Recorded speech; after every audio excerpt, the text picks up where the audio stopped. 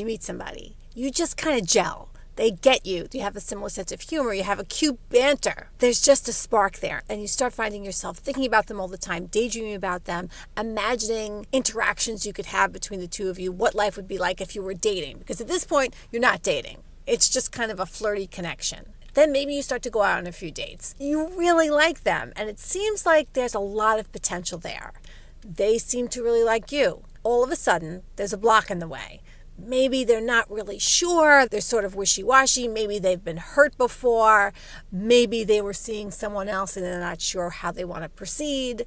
There's some confusion, some haziness. When you're together, everything's great. You feel totally connected. But then when you're apart, you don't know where you stand. This up and down, this hot and cold, not knowing if they're ever going to show up again.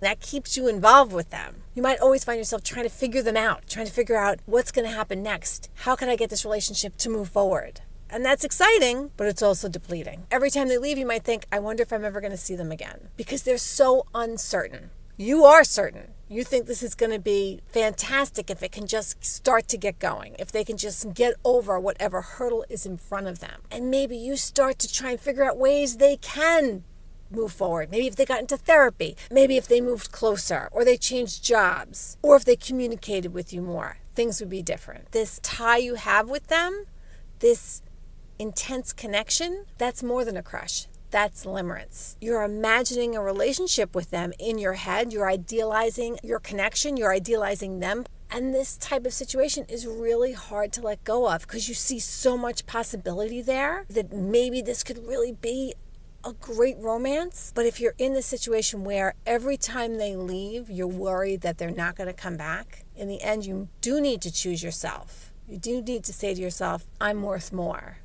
and let go. And that's very painful.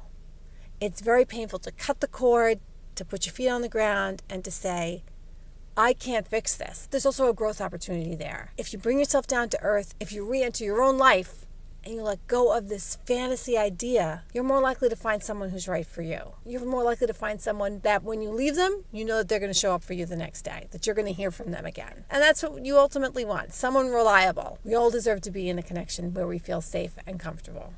I'm a licensed therapist. Let me know what you think in the comments below. Hit follow for more.